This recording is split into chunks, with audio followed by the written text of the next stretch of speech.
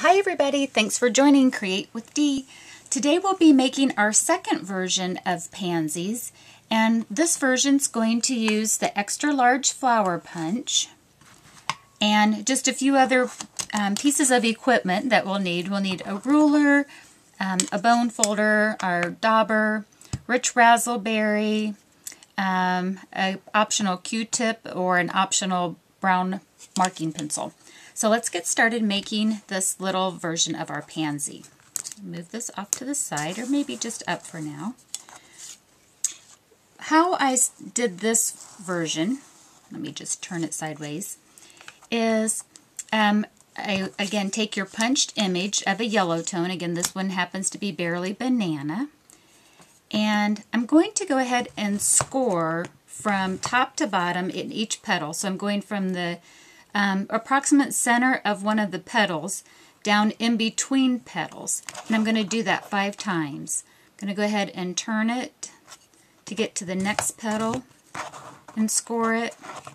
The next petal and score it again from the top middle down to the crease. Turn it again.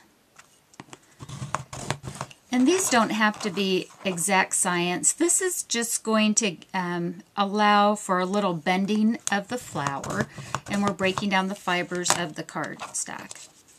So hopefully you can see those lines that go through each one of them. And for me, what I did is I took this brown pencil and just kind of followed those groove lines. It doesn't show up really predominantly on the flower when we're done, but there's just something about this that kind of helps give it a little extra definition from the inside. Okay, let's see, do I have that? I think I'm missing one. I am. There we go. Kind of get that one in there. And I think the pencil also helps break down the fibers. Get my rich razzleberry and a dauber. Get rid of my ruler now that I used as a straight edge. And very lightly start from the center and work my way out towards the end of each petal.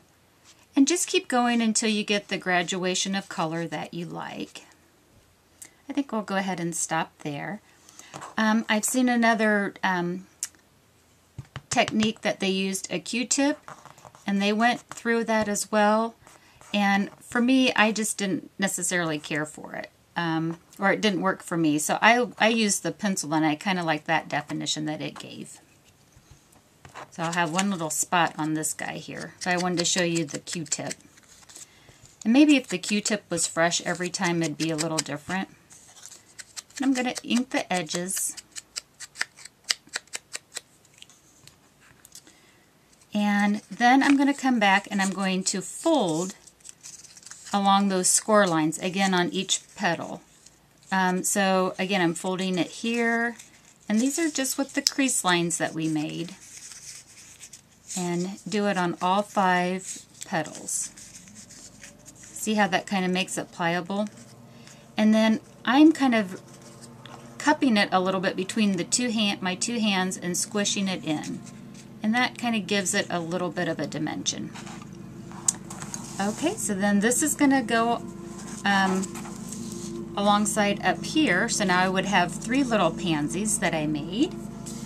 And to make the leaves, some of you who are following me will probably be so sick of seeing me make these leaves. But this is an inch of old olive that I'm just, folding in half. And I'm not worried about it being a perfect fold. I could take it on my, and score it real nice and pretty, but I'm going to turn right around and run it through my crimper. So, quite honestly, I like it to have as much texture as what it can at this point. Okay, so I've got a nice long strip of it because I'm going to be making a lot of leaves.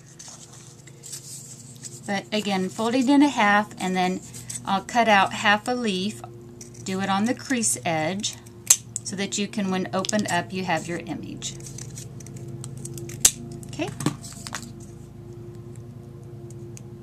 So when you fold it up, you've got your leaf.